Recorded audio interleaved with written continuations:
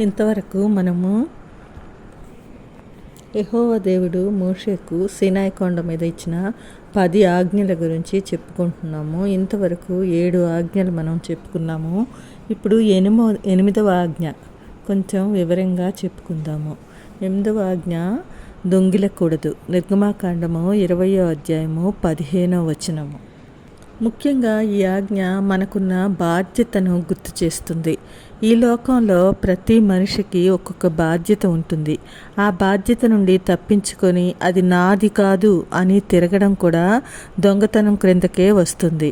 కష్టపడకుండా వేరొకరికి చెందిన వాటిని అన్యాయంగా తీసుకోవడము, మరొకరి ఆస్తిని కాజేయడము, ఇతరులను దొంగదెబ్బ తీయడము, మన స్వార్థ ప్రయోజనాల కోసము అవతలి వ్యక్తిని ఉపయోగించుకోవడము, అవతలి వ్యక్తిని వంచన చేయడము, మోసం చేయడము, అన్యాయంగా డబ్బు సంపాదించడము, లంచాలు తీసుకోవడము, మన యొక్క ఉద్యోగ విధులు సక్రమంగా నిర్వహించకుండా జీతాలు తీసుకోవడము, సమాజానికి ఉపయోగించవలసిన వాటిని మన కోసం ఉపయోగించుకోవడము, పనివారి చేత పని చేయించుకొని వారికి తగిన కూలీ ఇవ్వకపోవడము, నిజాయితీ లేని పనులు, ఇవన్నీ కూడా దొంగతనంలోనికే వస్తాయండి.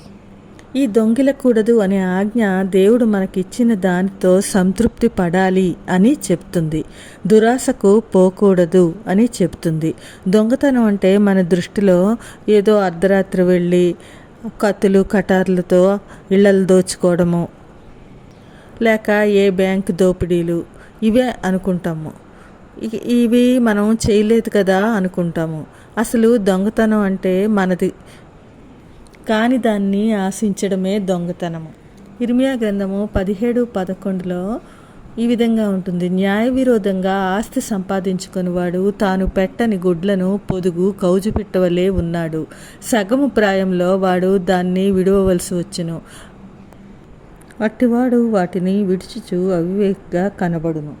కాబట్టి న్యాయ విరోధంగా ఆస్తిని సంపాదించుకోవడము, దానివల్ల వచ్చే ఆ దుష్పరిమాణాలు మనము ఈ వాక్యంలో తెలుసుకుంటున్నాము. కాబట్టి మనము ఎంత న్యాయంగా సంపాదిస్తామో అదే మనది. అలాగే తిమోతికి రాసిన మొదటి పత్రిక 6వ అధ్యాయము 6-8లో మనం చూసుకుంటే, సంతుష్టి సహితమైన దైవభక్తి గొప్ప లాభసాధనమైంది. మనం ఈ లోకంలోకి ఏమీ తేలేదు, దీనిలో నుండి ఏమీ తీసుకుని పోలేము. కాబట్టి అన్నవస్త్రములు గలవారమై ఉండి వాటితో తృప్తి పొంది ఉందుము.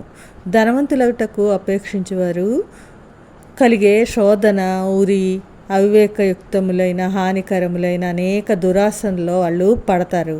అట్టివి మనుష్యులను నష్టంలోనూ నాశనంలోనూ ముంచివేయును. ఎందుకు అంటే ధనాపేక్ష సమస్తమైన కీడునకు మూలము. దొంగతనానికి కూడా కారణము మనకున్న ధనాపేక్షే.